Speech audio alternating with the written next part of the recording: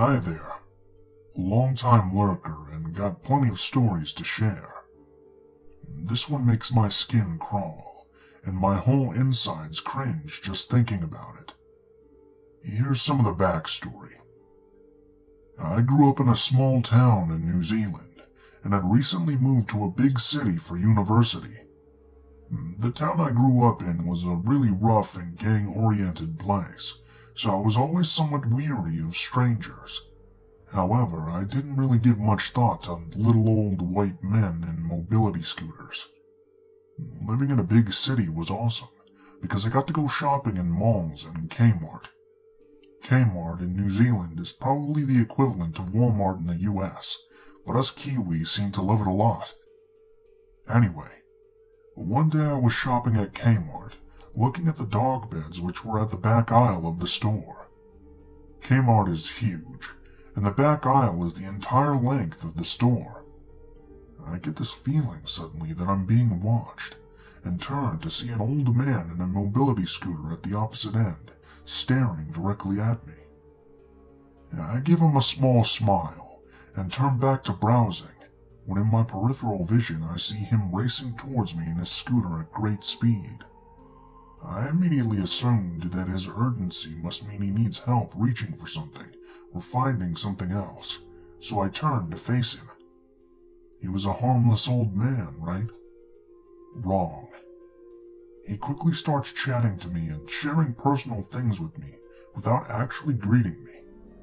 He starts telling me how I look like his wife who passed when she was younger. He then starts telling me how lonely he is, and I start to feel a bit of pity for him. Then the conversation starts taking a weird turn. He starts telling me how he likes to dress up and feel sexy in women's clothing. Then he starts to open his mouth and show me all of his missing teeth and gums. The sudden turn of conversation startles me. And I start to realize that I need to end this and leave him immediately. After several attempts at saying goodbye, he finally agrees to let me go, and holds out his hand for a goodbye handshake. Desperate to leave, I agree to shake his hand in order for him to leave me alone. Suddenly his grip tightens, and I can't pull my hand away. He forces my hand towards his mouth, and begins to make out with the back of my hand while swishing his tongue across it in circles. I aggressively pull my hand away, and sprint out of the store in shock. The air from running makes the back of my hand feel cold and slimy. So I run to the mall toilets and scrub my hand for a solid 10 minutes, vowing to never let him talk to me again. I thought I'd never see him again, until just recently I did. I was on the bus to uni when he gets on without his mobility scooter and a walking stick instead. Thankfully, I had someone already sitting next to me, so I felt pretty safe. However, his eyes scanned the bus, and when they met mine, he immediately smiled. So when the bus got to the interchange where everyone gets off and gets onto other buses, I quickly rushed off the bus so I wouldn't have to see him. I felt my stomach hit the floor when I hear him start calling out for me. I glance over my shoulder to see him waving his walking stick, yelling and pursuing after me. I quickly rush out into a shopping store to lose him, which is a success. The rest of the day goes fine, until I go to return home and see that he's waiting at the stop I board my bus at. I hide until I can see my bus coming. He's looking around a bit, and starts to wander away from the bus stop after a while, which is my cue to quickly board. I jump in line and get on board quickly. However, he's spotted me and is waving his stick and yelling at me again. I start to panic, as I don't want to be trapped in the bus with him. He's just about to step on the bus, when the driver all of a sudden slams the doors on him. This makes him furious, and he starts smashing his walking stick against the window and shouting. I look at the driver, who smiles at me, gives me a nod, and starts to pull away onto the road. I'm overjoyed that this kind driver literally saved me from this creepy old man. So I step up to the window he's hitting, and stare directly at him with the filthiest look I can give while the bus slowly drives away. I literally felt like I got my power back. I later found out that this old man is a well-known creep in the community, which makes me grateful that the bus driver saved me that day. So lesson for everyone. Don't let your kindness keep you trapped in a situation that's dangerous. If someone is giving you the creeps, it's for a good reason.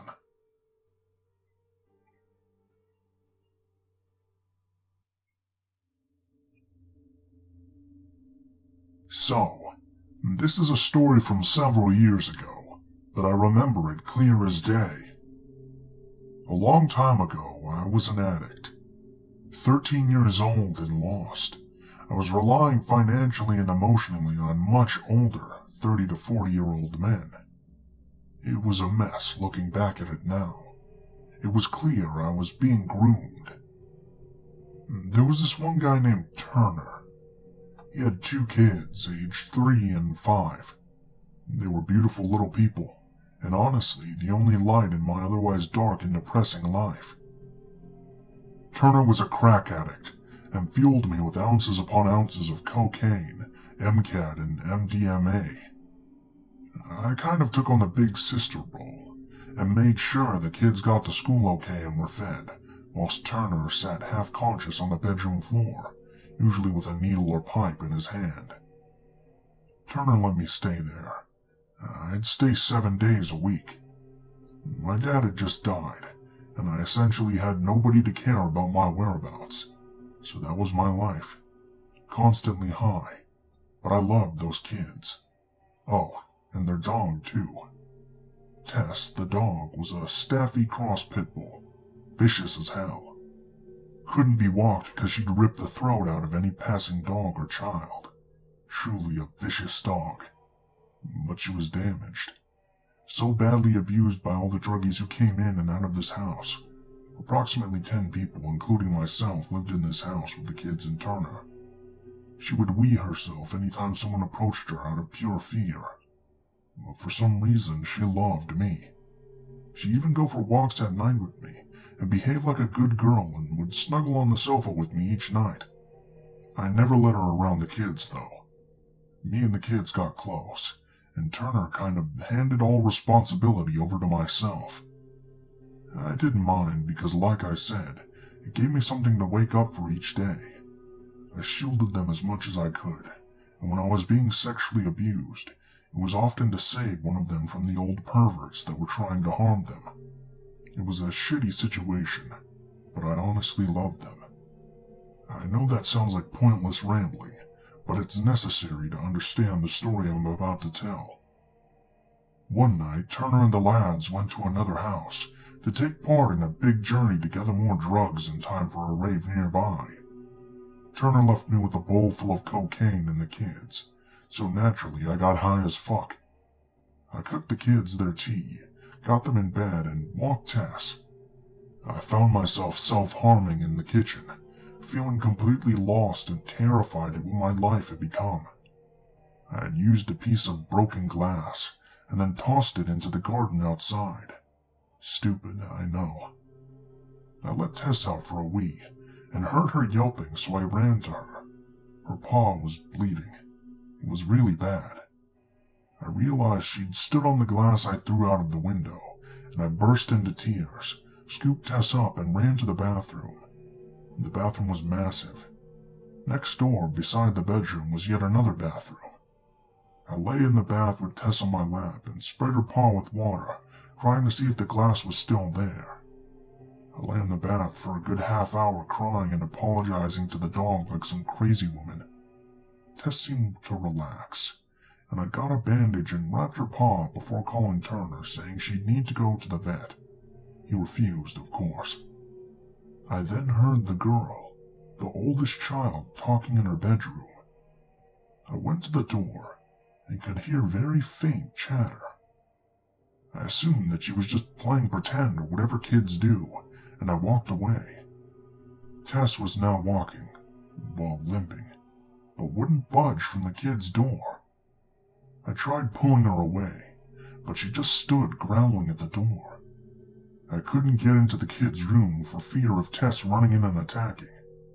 I tried to bait the dog away with treats, but to no avail. But then I heard it. A man's voice, clear as anything. I couldn't make out the words, but it was definitely not a child's voice. I realized now why Tess was being so defensive. I picked her up and locked her in the big bathroom we were just in. Then I went back to the kid's door with no real clue as to what I was going to do.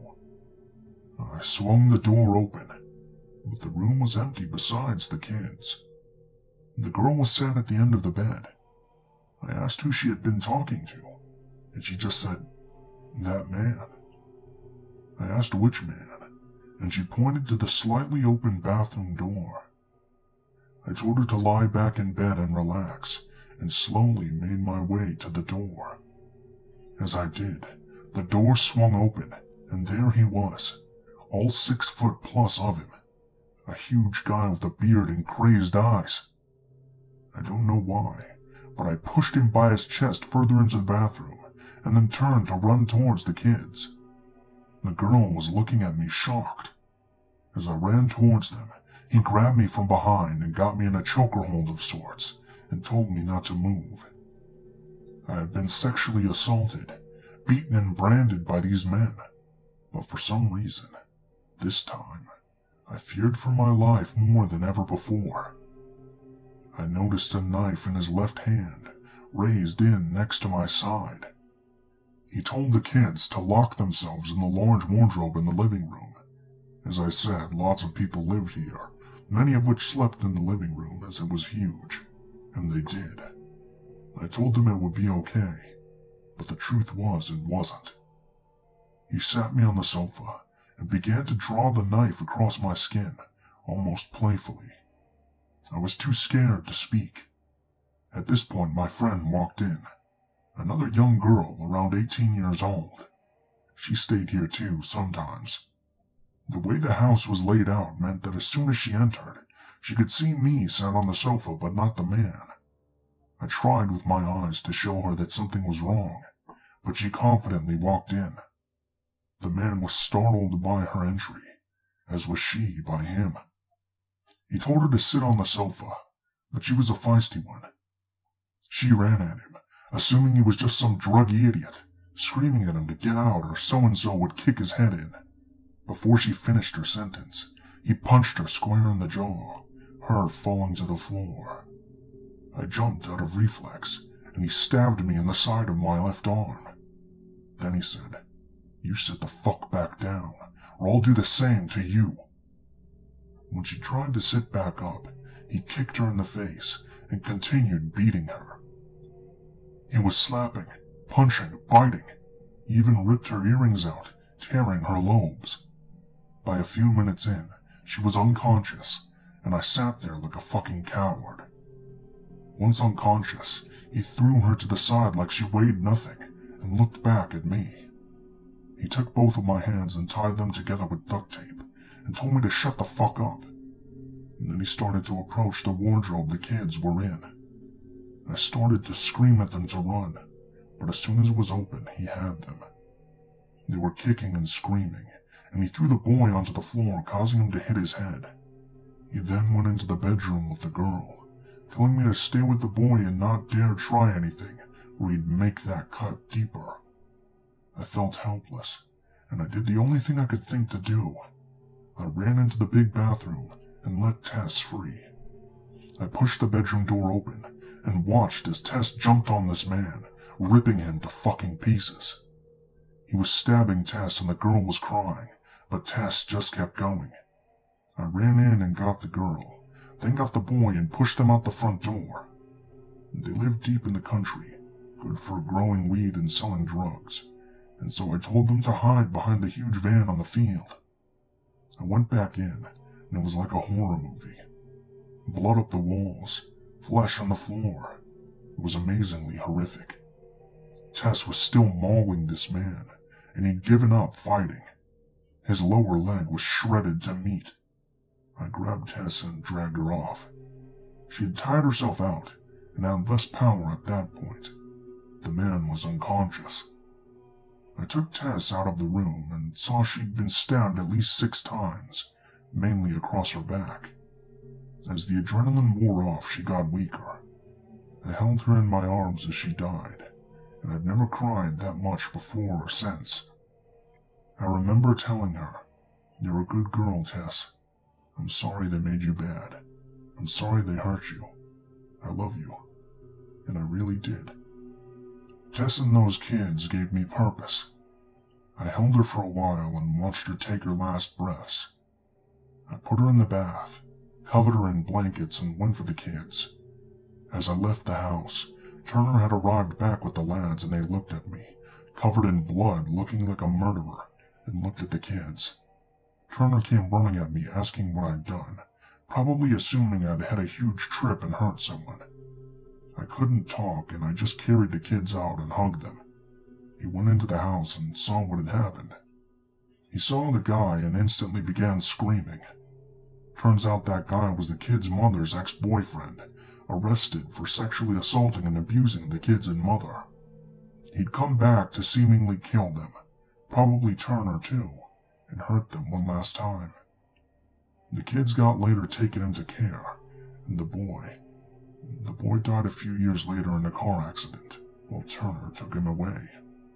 Was allowed contact every 2 weeks, supervised. He drove high and killed the boy, severely injured the carer and himself. That was what it took for me to finally get clean. I wish it hadn't, but then maybe if it was clean, I wouldn't have been there for those kids. I don't know. I carry an insane amount of guilt always. I attempted suicide 6 months later, but then I decided that it was selfish. I had to use my experience to help others. So I went to school. I volunteered and now work in a mental health unit, specializing in those with substance abuse issues. It'll never fix it, bring the boy or Tess back, but maybe it'll save someone else. I guess I just wanted to tell the story. I never have before, not to anyone other than the police and social services. As awful as it was, what adds to my guilt is that for that reason, because that happened, I was finally saved. Social workers realized I was unaccounted for, uncared for, and neglected. They took me into rehab straight away and helped me get clean.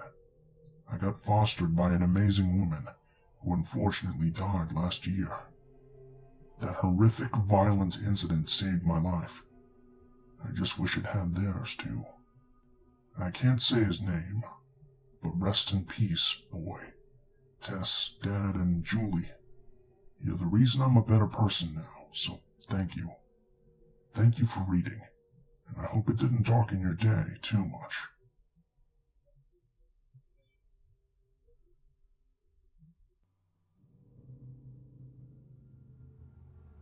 I'm a 27-year-old female.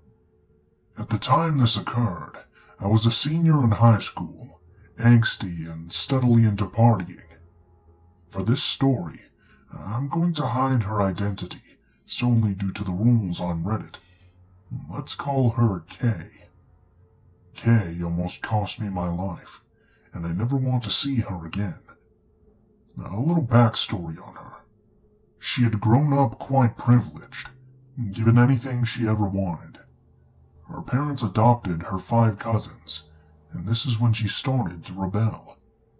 Her parents, well off, started to pay less attention to her, so Kay had all the freedom in the world. At the time this incident occurred, Kay was 18, and I had just turned 18 as well. We were headed to a kickback at these guys' house, and nothing more than a little bit of weed was expected. Now, I had my share of smoking weed, popping pills here and there. I had just tried ecstasy the summer prior. However, I was planning on staying sober. Shia picked me up, and we wanted to buy cigs at a gas station. I bought a fountain drink, one with the straw and everything. This is crucial for later in the story. We arrive at the apartment, and everyone is smoking, including Kay, but I declined. She would always say shit about how she never wanted to be high alone. complained about how I never got as high as she did. So I obliged and I cleared the bong off her hit, not even taking a full hit. She asked for a drink of my soda and I handed it to her. She had it for a good minute. I had my head turned, talking to someone at the kickback. When I looked back at Kay, she was messing with my straw. I didn't think much of it, and she handed it back to me right away. Within about 30 minutes or so, though, I started to feel intensely high, to the point that I needed to escape from the group. I'd go out front to smoke a cigarette, only to find that I couldn't even stand up, so I laid on the front porch. Then all of these dark thoughts flashed through my mind. I felt so sick, like my stomach was being torn open. I couldn't stand back up. I had to crawl to the bushes to throw up. I thought to myself, all of this just from clearing a bong? So I laid back on the porch. The apartment was located on a busy street in the city I live in. I thought about running into traffic just because I felt so much like I was dying. So I gave myself two options. I could run into traffic, have a car hit me and end this horrible pain I was in, or I could get some help, maybe flag someone down. Obviously, my mind wasn't in the right state. I knew nobody at the kickback would take me seriously, and I knew something was terribly wrong. I thought about calling my mom. I must have dialed her number and hung up about 5 different times. Finally, I called and told her what had happened, and that I didn't know why I was so high. Nobody else was feeling the way I felt. What seemed like an eternity later, Kay finally came outside looking for me. As I'm puking my guts out in the bushes, she asked me if I want to go get some food. I asked her if she was being fucking serious. She laughed at me as I puked. What I didn't know was that my mother had called my older brother to pick me up, since he lived close to where I was. He showed up with a machete, ran inside and threatened people. He didn't know who gave me what. It wasn't until I got home that my brother took one look at my eyes and noticed how dilated my pupils were, so they rushed me to the ER after more puking, of course. My memory there is a bit fuzzy. I just remember asking my sister-in-law if I was going to die and telling her that I was scared. They ended up having to sedate me due to the fact that I was yelling and threatening the nurses. Totally out of character for me. They did a tox screen and found MDMA along with other drugs in my system. I'm assuming the other drugs were the ones used to make up the ecstasy. Now, all of this is frightening to me and everything. However, what I found out a few days later shocked me to my core. Kay had been to a house party the next night. Somebody there had said she was passing out free ecstasy to 4 different people. Of those 4 people, 3 had grand mal seizures and had to be taken to the ER by ambulance. I'm assuming whatever ecstasy she had used was a bad batch. Remember when she asked to have a drink of my soda? I assume this is when she dropped a pill inside and it dissolved. She probably crushed it beforehand or something. I have no clue, but at this time in my life I hadn't done drugs for quite a while, especially not ecstasy. Kay also went on to tell people that I was the one who slipped her the drug, and she had to go to the hospital. She's a pathological liar, and has had to go to therapy for a long time for mental disorders. All of this happened just because she wanted me to be high like her. I could have committed suicide because I wasn't in the right frame of mind. It still affects me to this day. It sounds cliché, but I have a hard time trusting people with this experience and among other things. I also don't like sharing drinks with anybody. I get scared when I go to a bar or club, fearing for the worst. I mean, if my own friend could do this to me, what's stopping a stranger? So I always guard my drink now, no matter what.